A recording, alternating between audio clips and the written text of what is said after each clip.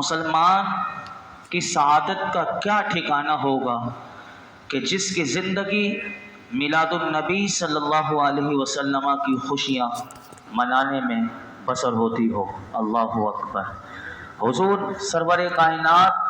صلی اللہ علیہ وسلم خود بھی اپنا یوم ولادت کی تعظیم فرماتے اور اس کائنات میں اپنے ظہور وجود پر شکر گزار ہوتے ہوئے حضور ہر پیر کے دن کا روزہ رکھتے۔ آپ کا یوم ولادت کی تعظیم حضور کا اپنے یوم ولادت کی تعظیم فرماتے ہوئے تحدیث نعمت، یعنی اللہ نے جو نعمت دی تھی آپ کو، اور آپ اتنی بڑی نعمت اللہ کی ہیں، تو آپ میرے آقا سے بڑھ کر کون اس نعمت کا اظہار کرنے والا ہوگا؟ تو میرے آقا اس تحدیث نعمت کا شکر بجا لانا حضور جانتے تھے کہ یہ حکم خداوندی ہے۔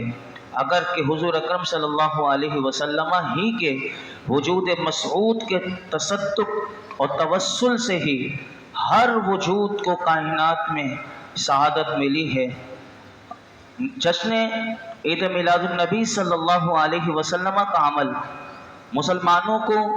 نبی اکرم صلی اللہ علیہ وسلم پر درود و سلام جیسے اہم فرائض کی بھی رغبت دلاتا ہے، اور قلب و نظر میں شوق اور ذوق کی ایک فضا اس کے اندر ہموار کر دیتا ہے۔ درود و سلام بذات خود، جب درود و سلام کو ہم دیکھتے ہیں تو وہ خود شریعت میں بے پناہ نوازشات، عنایات، اور انسان کو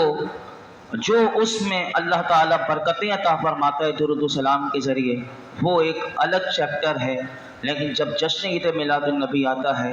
تو ہر امتی اپنے آقا کی بارگاہ میں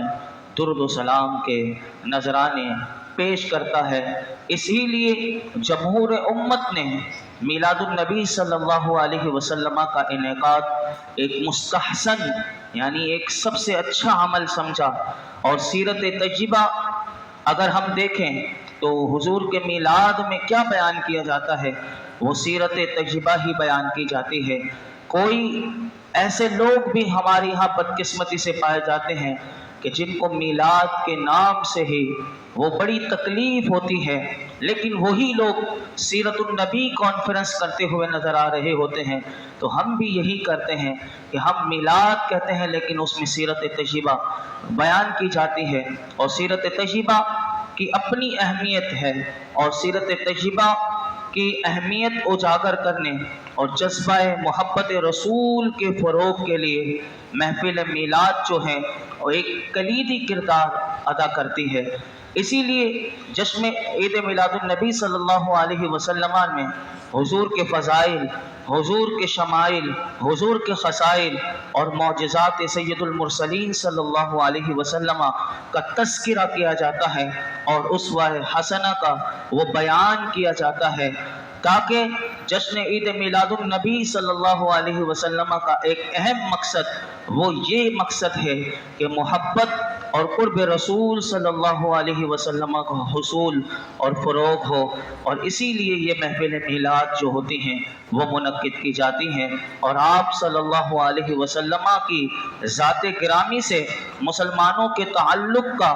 جو احیاء ہونا چاہیے وہ انہی محافل کے ذریعے ہوتا ہے، اور یہ احیاء جو ہے یہی منشاء شریعت بھی ہے کہ حضور کا تعلق وہ مضبوط سے مضبوط تر ایک امتی کا اپنے آقا سے ہوگا، تو پھر شریعت جس کو چاہتی ہے وہ ایک امتی میں نظر آئے گا۔ نبی اکرم صلی اللہ علیہ وسلم کے فضائل و کمالات کی جب معرفت انسان کو حاصل ہوتی ہے تو یاد رکھیے کہ حضور کے جب تک فضائل نہیں پتہ ہوں گے، حضور کے کمالات ایک امتی کو نہیں پتہ ہوں گے، بتائیے کیسے اسے معرفت ایمان باللہ اور ایمان بالرسالت میں اس کا اضافہ کیسے ہو سکتا ہے؟ نہیں ہو سکتا کہ جب تک نبی اکرم صلی اللہ علیہ وسلم کے فضائل و کمالات جو ہیں حقیقت میں معرفت ایمان باللہ اور ایمان بالرسالت میں اضافے کا ایک محرک بنتی ہے، اور آپ صلی اللہ علیہ وسلم کی تعظیم اور توقیر کا پہلا بنیادی تقاضا ایک امتی سے جو ہے وہ یہی ہے۔ اور میلاد مصطفیٰ صلی اللہ علیہ وسلم کے سلسلے میں مسرت و شادمانی کا اظہار کرنا، محافل ذکر و نعت کا انعقاد کرنا اور لوگوں میں کھانا کھلانا، اس کا اہتمام کرنا، یہ سب کیا ہے؟ یہ سب اللہ کے حضور وہ شکر گزاری کے سب سے نمایاں وہ مظاہر ہیں کہ جو ایک امتی، جو ایک اللہ کا بندہ، وہ اللہ رب العالمین کے سامنے ان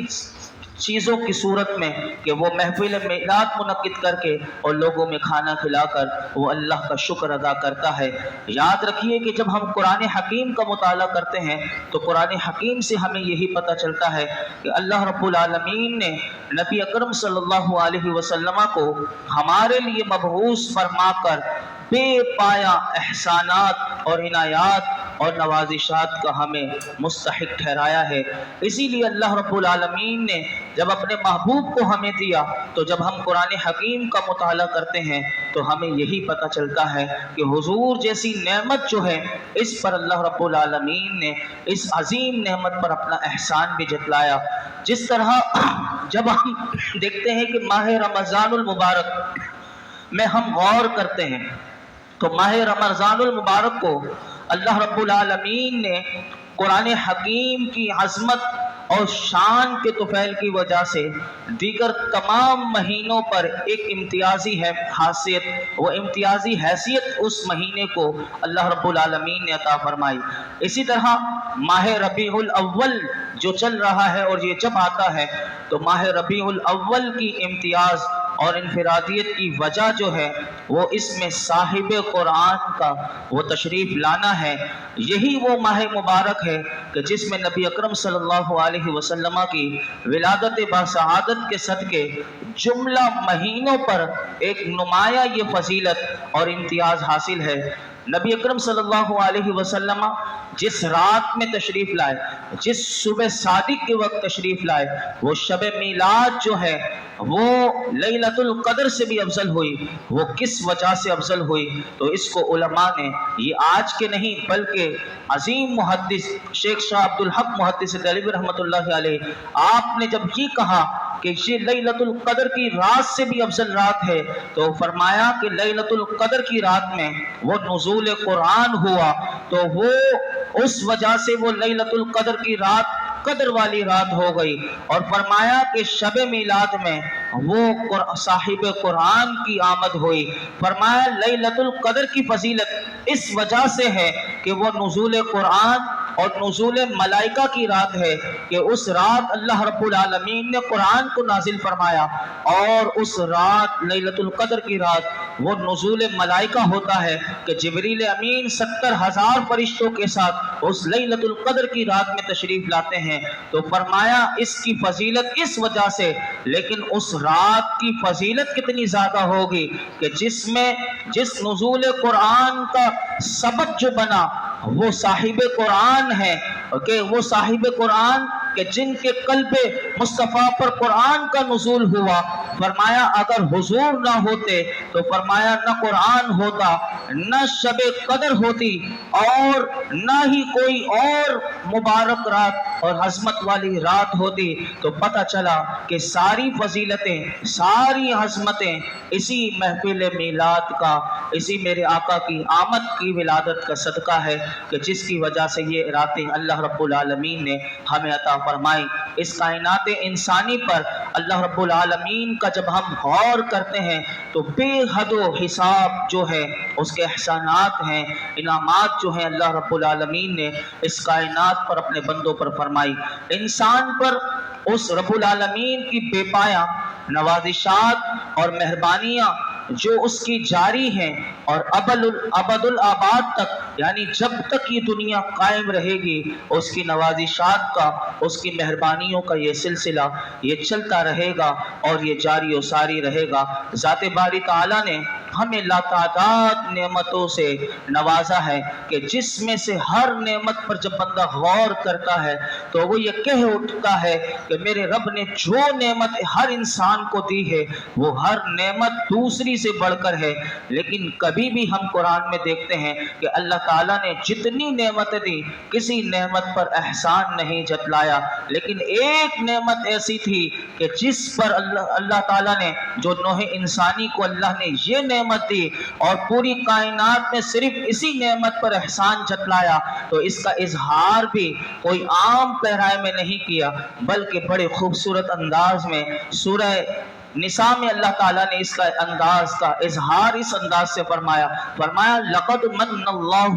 عَلَى الْمُؤْمِنِينَ إِذْ بَعَثَ فِيهِمْ رَسُولًا، فرمایا کہ بے شک اللہ رب العالمین نے مسلمانوں پر، مومنین پر اللہ نے احسان فرمایا کہ انہی میں سے فرمایا کہ ایک رسول جو ہے وہ عظمت والا رسول اللہ تعالیٰ نے بھیجا۔ اسلام میں اللہ رب العالمین کی نعمتوں اور اس کے فضل و کرم کا جب ہم دیکھتے ہیں اس کا تقاضا کیا ہے تو ہمیں تقاضا جب پتہ چلتا ہے تو وہ شکر بجا لانا ہے، اور شکر بجا لانا جو ہے وہ تقاضا عبودیت اور بندگی بھی ہے کہ جو اللہ نے نعمت دی ہے تو پھر بندہ اس نعمت پر شکر ادا کرے۔ لیکن قرآن نے اللہ تعالیٰ نے اس نعمت جب بندہ شکر ادا کرتا ہے تو اس کی حکمت جو بیان کی وہ خاصی معنی خیز ہے۔ جب بندہ اس میں غور کرتا ہے تو اس شکر پر بندہ غور کرے تو اس کا ایک الگ انداز میں اللہ رب العالمین نے فرمایا لَإِن شَكَرْتُمْ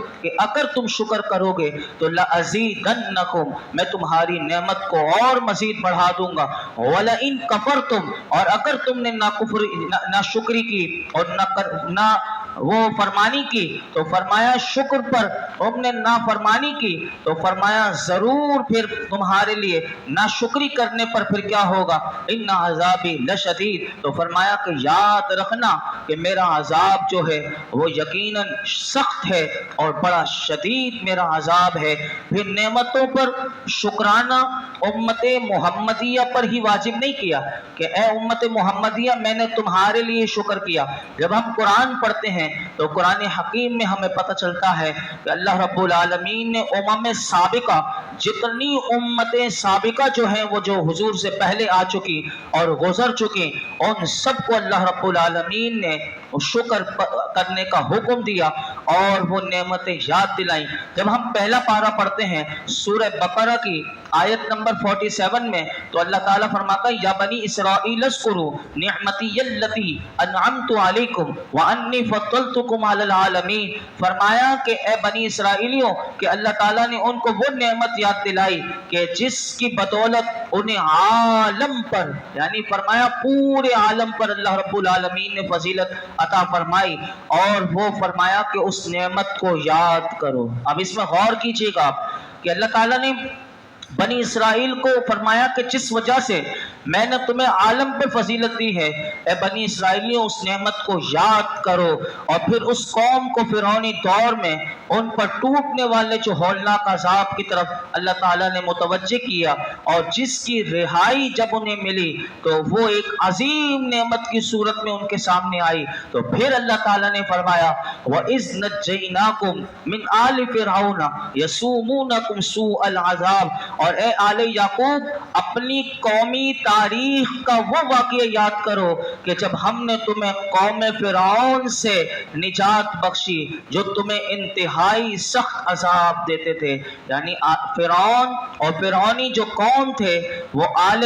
یعقوب کو وہ بنی اسرائیلیوں کو سخت سے سخت عذاب دیتے تھے۔ وہ کیا دیتے تھے وہ ایک الگ چیپٹر ہے، وہ آپ قرآن پڑھیے تو آپ کو پتہ چلے گا کہ جس میں وہ کس دردناک تکلیف سے انہیں وہ رکھتے تھے۔ اللہ اکبر۔ اس قرآنی ارشاد میں جب ہم غور کرتے ہیں تو ہمیں یہ پتہ چلتا ہے کہ غلامی اور محکومی کی زندگی سے آزادی بہت بڑی نعمت ہے، اور اس پر شکر بجا لانا آنے والی نسلوں پر جو ہے وہ واجب ہے۔ یہ قرآن کا پیغام اس آیت کریمہ سے ہمیں سمجھ میں آتا ہے۔ تو ہمیں یہ بھی سمجھ میں آتا ہے کہ پاکستان جو اللہ رب العالمین نے ہمیں جو عطا فرمایا